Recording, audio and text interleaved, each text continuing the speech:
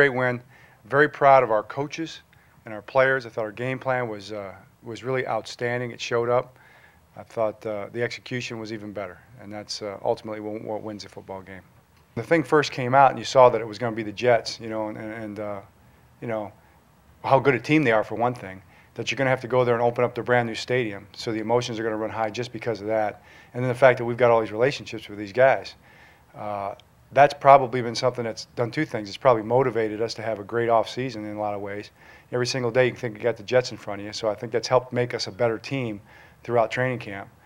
And then the fact that the pressure mounts, and so to get that behind us, especially with the victory, is a chance to exhale. But here we are 5 days away, 5.5 days away from last night, and we've got to play the Cincinnati Bengals, the reigning division champs, at their place. So that'll wipe that relief off pretty fast.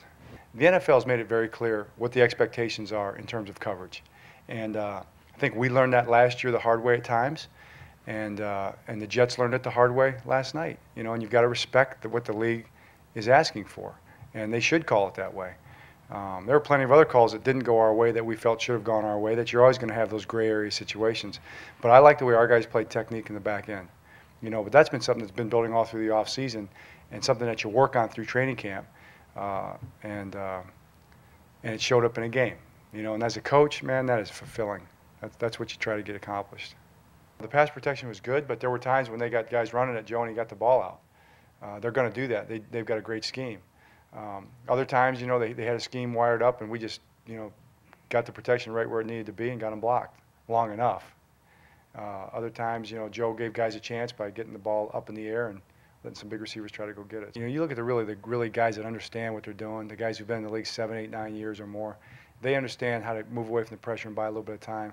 For Joe to do that 2 or 3 times last night was a big indication of how he's grown. It says a lot about the offense, but it also says a lot about the defense because they weren't getting any first downs. So the clock stopped ticking for their side and got the ball right back to our offense and gave us more possessions.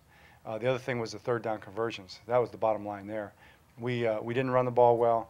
We didn't get ourselves in as many third and shorts as we'd like. We had a couple third and real longs that we converted.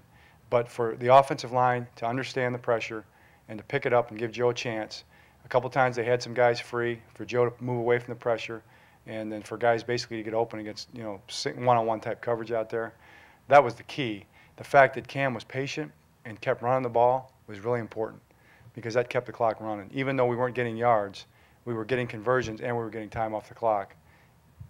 Which in a 10-9 game is critical. So the fact that we were able to weather the storm, I think our offense made mistakes early, and our defense weathered the storm. And then our offense didn't come unglued. They kept playing, found a way to make some plays, especially on third down. That kind of poise is really important, and for our guys to show that, I think, is going to give us a chance.